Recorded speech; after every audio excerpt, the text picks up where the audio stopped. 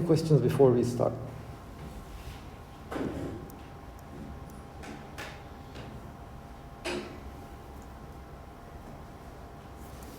Well, see, what we are trying to do now is, you see, on Monday, we looked at the density matrix of a single particle from a purely quantum mechanical perspective. And one thing we had seen was the density matrix was proportional to the inverse volume. That's basically expected because the diagonal elements gave us the probability that the particle will be at a given point, or the probability density that the particle will be around a given point. And since every point is equivalent, there is no special point, we had seen that the probability density, or which will be corresponding to the particle density, is 1 over v for one particle. If we have n particles, classically, we would have obtained 1 over v to the power n. Now we will see that it doesn't work that way. That is one thing we are trying to show. So we are trying to generalize what we had done for one particle to n particle, taking into account the indistinguishability of the particles. So of course, we first had to identify our eigenstates for n particle eigenstates. You see, okay, we have the eigenstates of the Hamiltonian, but that is not enough because that's just a product of single particle wave functions doesn't give us, doesn't satisfy the symmetry properties for indistinguishable particles. You see, it would have been fine if these particles were distinguishable. So each one will have its different wave functions. So we cannot even exchange the position, the coordinates. But since they are indistinguishable, the full wave function has to be symmetric or anti-symmetric under the exchange of any two particles. And we said that, okay, if they are anti-symmetric, they are fermions. If they are symmetric, they are bosons. And now, since once we have the wave function, we can now calculate that's the matrix, for which we need the matrix. This is our density matrix. We need to calculate that. And if we want to specify our matrix, we have to know the eigenvalues. So that's what we are trying to do. Now, any questions up to here? In the previous page, I guess.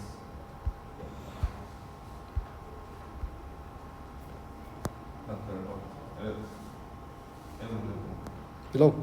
Above? Oh, this is where I started. After the permutations. Yeah. End of it. There is a lambda square equals 1 y. And it's psi. Yes, you see. Should be psi or lambda? No, sorry, this is lambda. And the other thing is, when we are just find the eigenstate, we just ignore the all coefficients. Which coefficients? You see, here, A coefficients. you see, here on this page, I'm not even considering an expansion. See, here there is no expansion. Whatever your n particle wave function is, and I already know that I can write that wave function in such a form. But whatever that wave function is, it has to satisfy this property. Okay. What about Boltzmann? Now here I don't have any Boltzmannian. You see, Boltzmann wave function doesn't satisfy this property. So I'm saying that it cannot be the wave function of a system of fermions or bosons. It cannot be the wave function of a system of indistinguishable particles. So then, but of course, then what I did, the Boltzmann function is here. I just took one of them. This is what I call the Boltzmann wave function. It's just a product of single particle wave functions without any symmetrization or anti-symmetrization. Then I said that, okay, since the full wave function has to be symmetric or anti-symmetric, I have to, that Boltzmann wave function cannot be my eigenfunction, but I can obtain a eigenfunction or a symmetric or an anti-symmetric function by considering all possible permutations of the coordinates in the Boltzmannian wave function. That's what I did.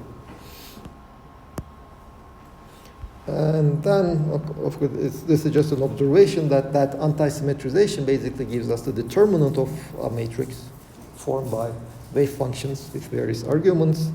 And then, okay, that was the end of our discussion on the my wave functions of non-interacting system. That those are the energy eigenstates for a non-interacting system. And now, since I know my wave functions already, I am trying to calculate the eigenstates. Let me also just add this L to the power 3 halves to these wave functions. They are just a normalization of single particle wave functions to one particle in a volume.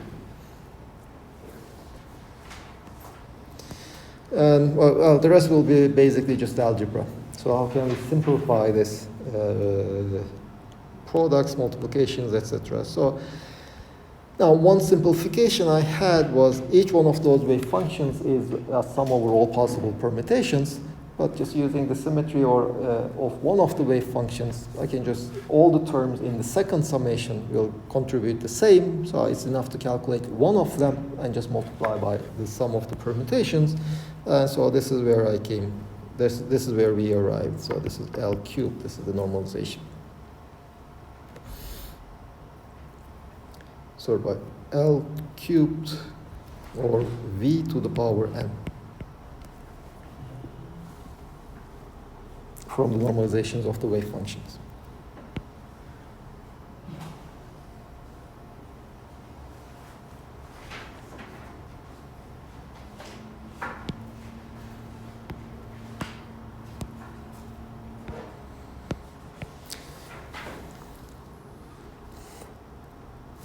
Now this sum over all ki, 1 over v to the power n. Well, I can convert it to integrals, which will be, this will be, when I convert it to an integral, this will 1 over 2 pi to the power 3n d cubed ki.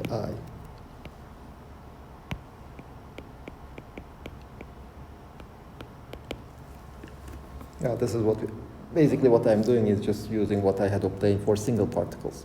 Yes? Either I derive this one. The book has n factorial in the denominator. Should we be dividing through n factorial? Not yet. Okay. Eventually, I will arrive there. You see, this is my row. I will. This is not the row yet. Okay. This is the matrix element of e to power minus beta h. I have to divide this by the trace. Okay. After dividing the trace. Okay. Now you see that n factorial arises because in the sum there are n factorial terms. Okay. That's the one we pulled out. Yes. Right now. Okay. Yes. You see, I didn't write any normalization for my wave functions. Right. Since when I'm taking the dividing by the trace of this, when I take this matrix element and divide by the trace, the normalization will cancel anyway. Okay, so that will give me n factorial over v to the power n, no v to the power n, divided by 2 pi to the power 3 and sum of all permutations, minus 1 to the p. Then I have product over I d cubed ki e to power minus beta k h bar squared ki squared over 2m plus I ki or I minus r pi. I just again move the permutation to permuting over the positions.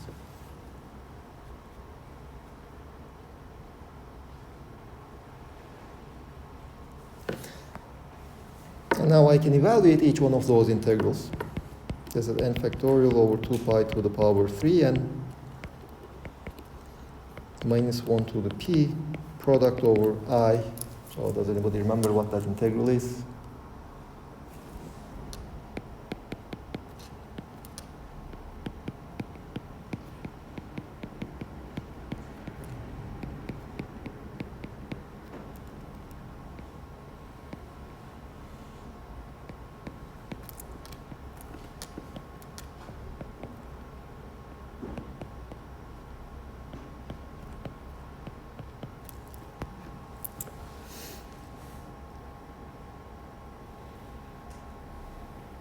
Do you agree? Goes into it, yeah. Again, this is R1, Rn, e to power minus beta h, R1 prime, Rn prime. This is equal to sum over all permutations minus 1 to the power p. There is n factorial product over I of exponent minus Ri minus R of pi squared. Sorry, one of them is a prime. Divided by twice beta h bar squared. There is an m in the Gaussian and 2m kt pi over h bar squared. And then I have 4 pi squared.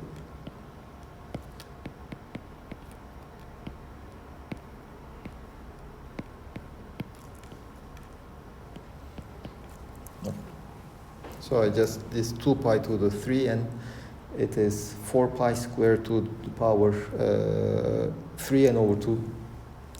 I just included it in this last parentheses over there.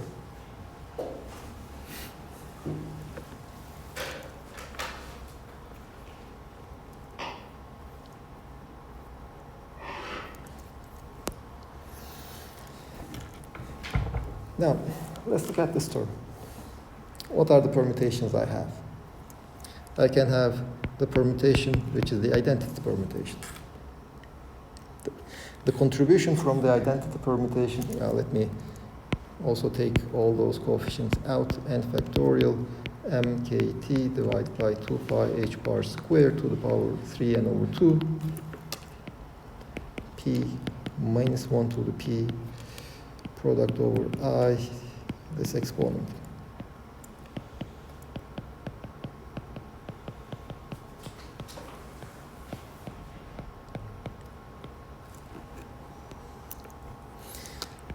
The identity permutation. Well, if you look at the identity permutation, there's no pi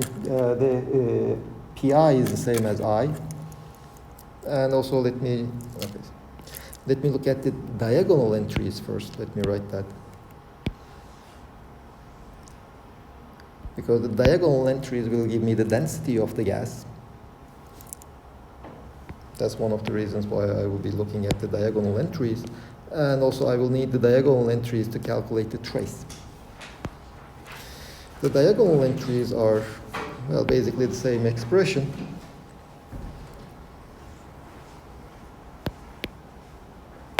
Without the prime over here. Now I will look at the contributions from various permutations, let's say, the identity permutation. Well, if I have the identity permutation, it just tells me that pi is actually equal to I. So Ri minus Rpi is 0 for all I, which basically tells me that that exponent is 1. Now the exponent, all the exponents are 1. The product of 1s is again 1. Minus 1 to the p is 1. It's the identity permutation, is an even permutation. So the contribution is just 1.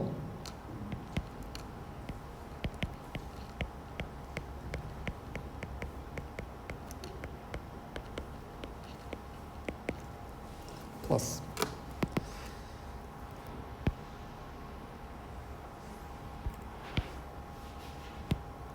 Let me look at another permutation, which just exchanges k and l. It doesn't do anything else to the other ones, but Rk becomes Rl, Rl becomes Rk. So in that product, only the I is equal to k and I is equal to L terms contribute. Now, all of them contribute, but except that the I is equal to k or I is equal to L terms, all contributes 1 to the product.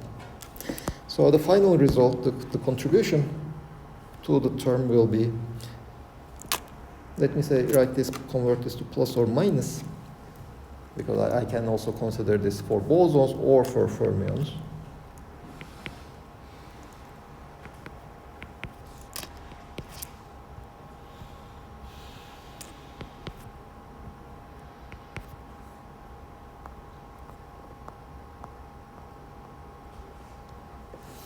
In this case, Pi is equal to I if I is not equal to K or I is not equal to L. Pk is equal to L, Pl is equal to K.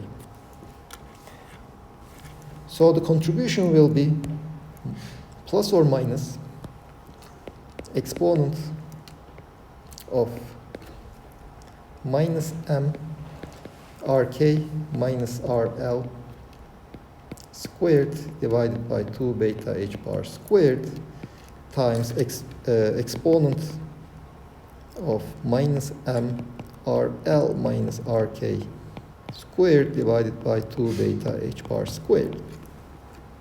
Well, basically those two exponents are the same thing. So it's just a square of the first exponent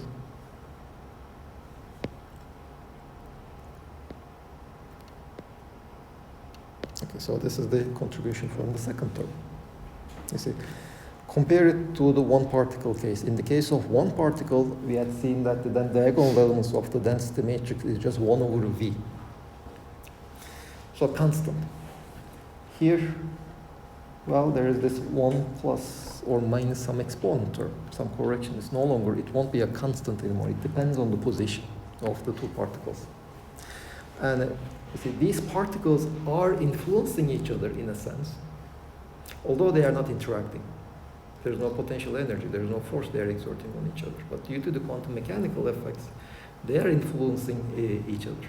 So in particular, if you look at the fermionic case, when they are fermions, you should take the minus sign, but then the probability of these two particles to be at the same point, Rk and Rl being equal, will be 0. Classically speaking, we should have obtained the density to be 1 over V squared. But due to quantum mechanical effects, it's no longer the case. Now, let me also write one more term. The first permutation is identity, doesn't do anything. The second permutation is just the exchange of two positions. The third one, the next in this expansion, and you see, these, if you look at these expansions, these exponents, typically they decay off with their separation. Now, typical separation between the particles in a gas will be n over V to the power 1/3. This is the typical value of Rk minus Rl, if you like, for any two particles. So if it is a dilute gas, this number will be large. Typically, Rk minus Rl will be large, and that contribution will be exponentially suppressed. It will be negligible. And so if we had, when we looked at the identity permutation, we don't have this suppression. When we have a single exchange, the contribution is suppressed by the exponential of the square of their separation. Now we can have three objects, three numbers per meeting, K, L, and M. So the only contributions will be when I is equal to K, L, or M. These will be the only contributions. So it will be a positive contribution because whether it's a boson or a fermion, it will be an even permutation. We have the exponent of minus m over 2 beta h bar squared, Rk minus Rl squared minus Rl minus Rm squared, no, plus Rm minus Rk.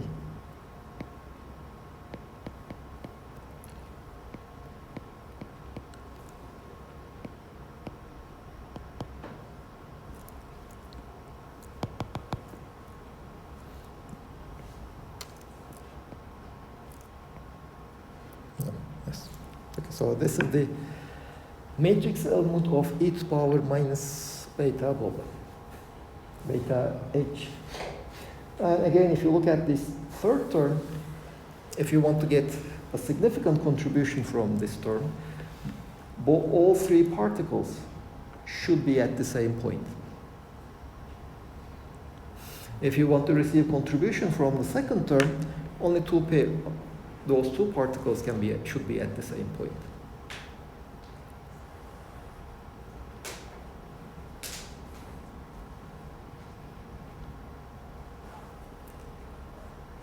So any questions up to here?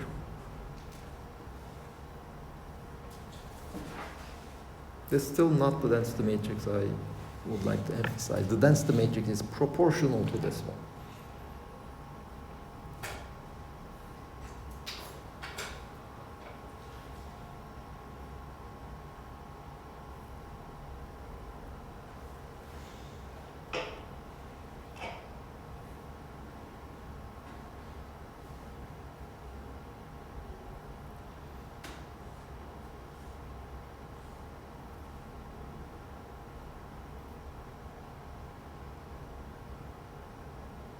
Yes.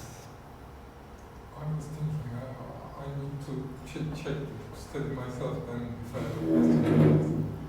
But it's like there are things, they can't be in the same state, but they can be in the same point. No. You see, if you say that they cannot be in the same state, then you are talking about fermions, right? Yeah. Fermions. So we have the minus sign over here. Sure, but then for bosons, it makes them, they're in the same state, they're in the same position, and they're still indistinguishable. Okay. Instead of weird. Instead of weird. But you see, position and state, they are the same thing, by the way. So you can talk about the states of your particle. I don't know, you can look at plane wave states when you're talking about states. Or you can say that the states are the position, eigenstates of position. Which states would you like to use? So saying that they can be in the same state, they can be in the same position, they can be the same thing or incompatible things. For fermions, this goes to zero, right? Then they're in the same position. Let me write the n is equal to 2 case explicitly. R1, R2, e to power minus beta h, R1, R2. This is the diagonal entry. This is equal to 2 factorial mkt divided by 2 pi h bar squared to the power 3, 1 plus or minus this exponent.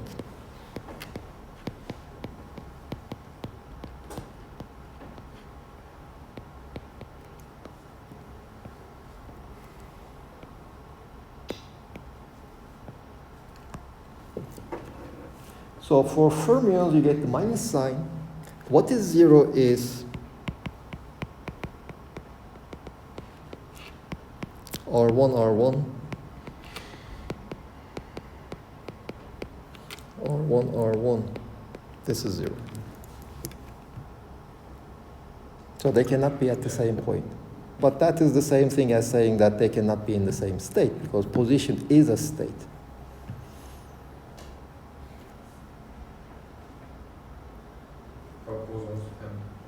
Yes.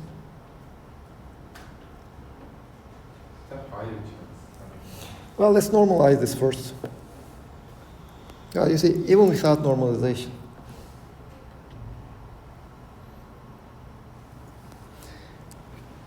just compare this with classical physics.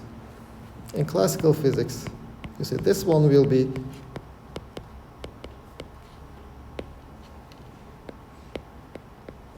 the probability density that I will have one particle at the point R1 and one particle at the point R2. And how can we calculate this probability? Well, we have this Boltzmannian factor e to the power minus beta e. We don't care about the momentum of these particles, so we integrate over the momenta. What remains is the energy. So this is the potential energy. So in a sense, this should be proportional to, this is the classical analogy, e to the power minus beta u. Let me put the q over there, of R1 minus R2. Where this u is actually given by minus kt logarithm of 1 plus or minus that exponent plus, this will be the potential.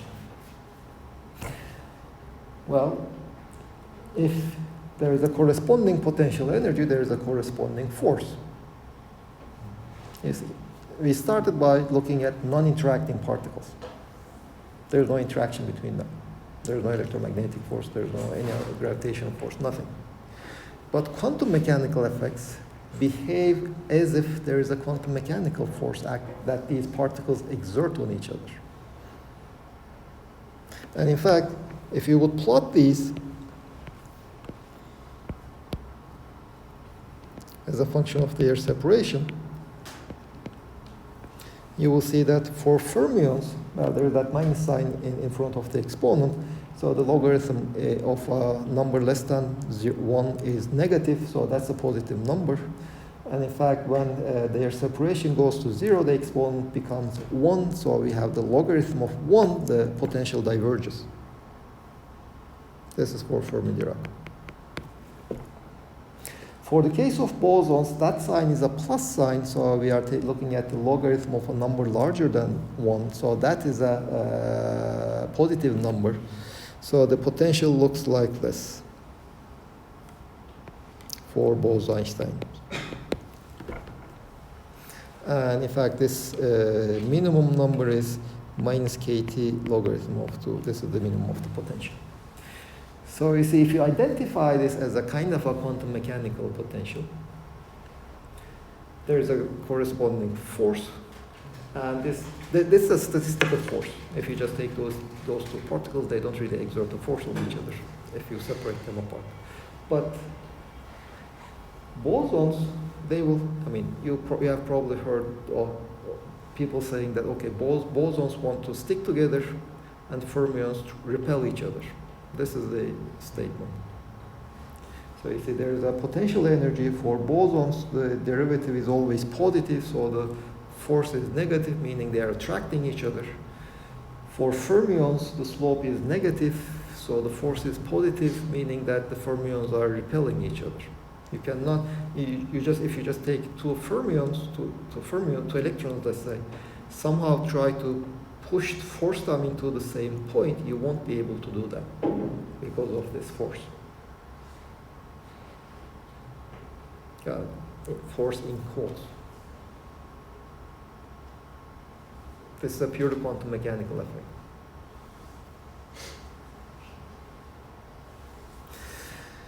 In fact, if you look at this exponent, usually we write that as minus R2 minus R1 squared. No, okay, no, not that one. Now let me look at the normalization. So trace of e to power minus beta h. This will be d cubed R1, d cubed R2, R1 R2 minus beta h, R1 R2.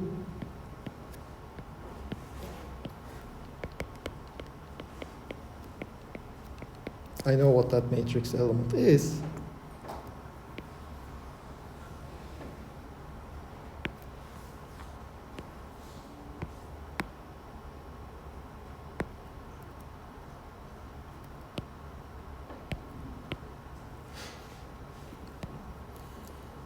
This is equal to 2 factorial mkt divided by 2 pi h bar squared cube.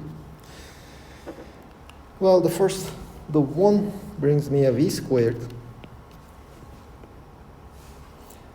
The second one, well, I can just integrate over the relative coordinate and the central coordinate separately. Of course, I will get some contributions from the boundaries, but since it's huge, the boundary effect will be negligible, etc. So it will be plus or minus v times d cubed r exponent of minus mr squared over beta h bar squared. 2 factorial, let me take that v squared out.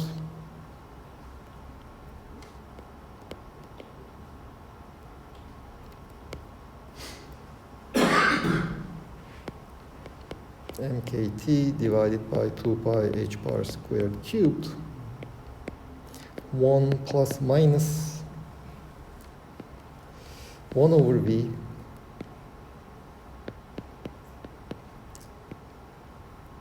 beta pi h bar squared, no, pi over pi m over beta h bar squared to the power 3 halves But you see in the thermodynamic limit, it's just the first term.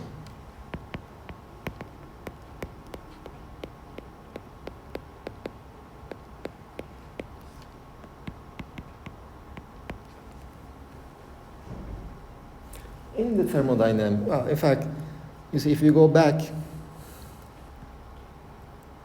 here I have many terms.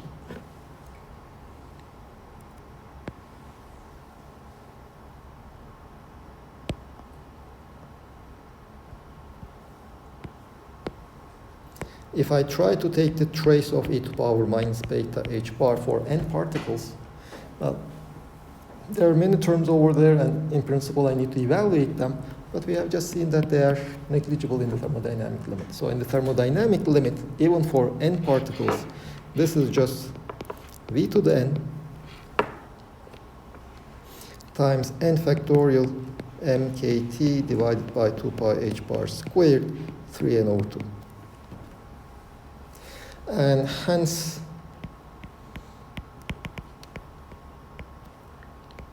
rho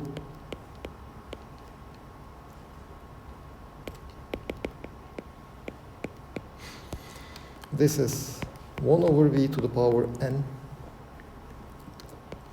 mkt divided by 2 pi h bar squared to the power 3n over 2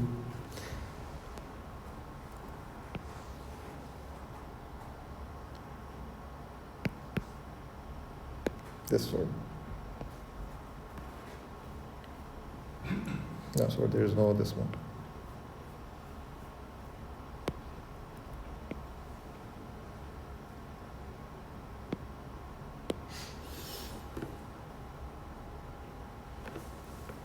You see, we would have expected classically just the 1 over v to the n for the diagonal terms, at least. But we see here that it doesn't happen. There are corrections to that.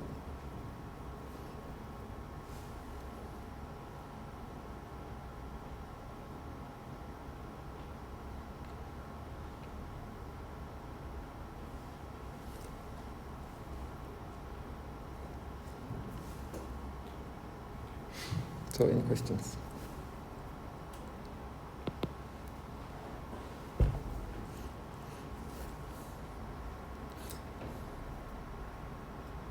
What is the partition function?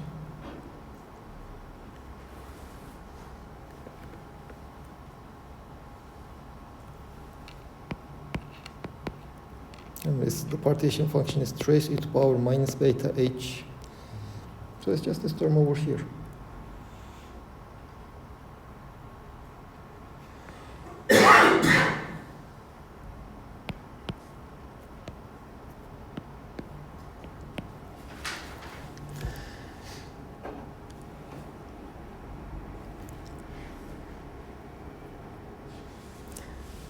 Of course, there's a problem, though.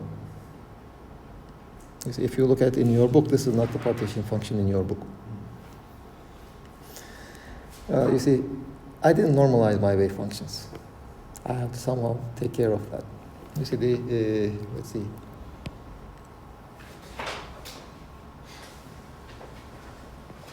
Now, this additional n factorial is because of that. If I just change the normalization of my wave function, so I divide it by 1 over n factorial, square root, it's just cancelled.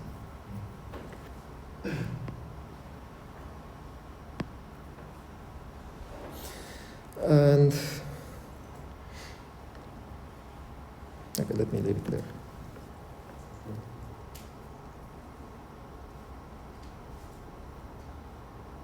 Any questions?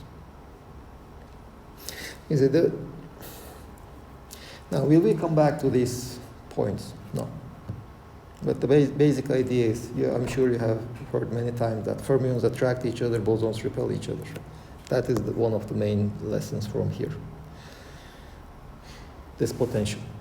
What people mean is the fermions just cannot be at the same point. So if you try to push them together, somehow they should resist. And so that is because of this statistical quantum mechanical effect, let's say. It depends on temperature. So it's not just, if you just take two fermions and try to push them together, well, it doesn't really, you cannot really apply this. But if you look at a general system, or a system of fermions at a given temperature T, you will see that if you look at the density, well, the density will have dips at the positions of your fermions because of this repulsion. For bosons, people try to cluster together. Not people, the bosons will try to cluster together. And you can also say that if you try to squeeze fermions together because of this statistical quantum mechanical force, the pressure will increase. For bosons, the pressure will decrease compared to Bosmanian particles. And in the following weeks, that's basically what we will do. What happens if you have a system of fermions? How does the pressure changes as a function? What's the equation of state? What are the modifications at low temperature, at high temperature? At high temperature, in both cases, we will recover the classical limit, but we will also ask ourselves, what are the first corrections to the classical limits? And then we will also discuss what happens at low temperatures for bosons. There we will see another phase transition, the formation of Bose-Einstein condensate. In the case of fermions, we will see that there is the Fermi sphere. And then, for example, if you look at the equipartition theorem, just take any object, like the cellular phone. There are the atoms, the nuclei, plus the electrons. But if you calculate, equipartition theorem tells us that each nuclei and the electrons should contribute 3/2 kT to the total energy. But it turns out that fermion electrons basically do not contribute. And we will see why. Basically, room temperature is a low temperature for fermions, for electrons in a given solid. So you cannot excite the electrons, and hence you cannot give thermal energy to the electrons. Okay, that is what we will be basically discussing throughout the rest of the semester. So any last questions?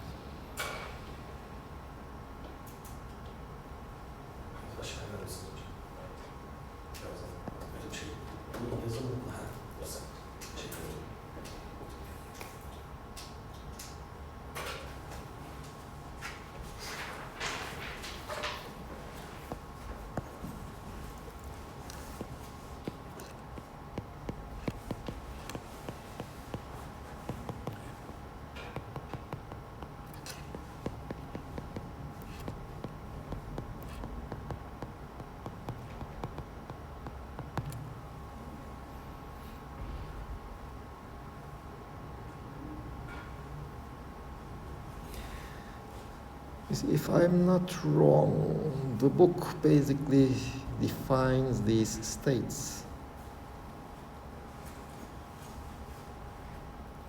with a 1/square root of n factorial.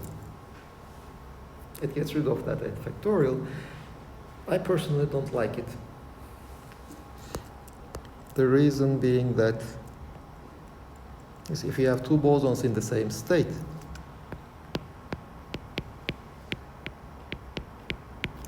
this is Psi1R1, Psi1R2.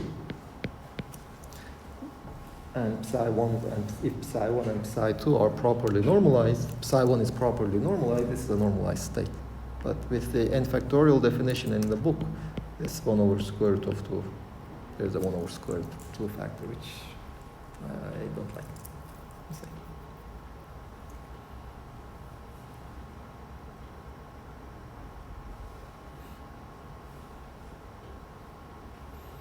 Anyway, at least starting from next week, we will be more careful about such factors. So any questions? Any last minute questions?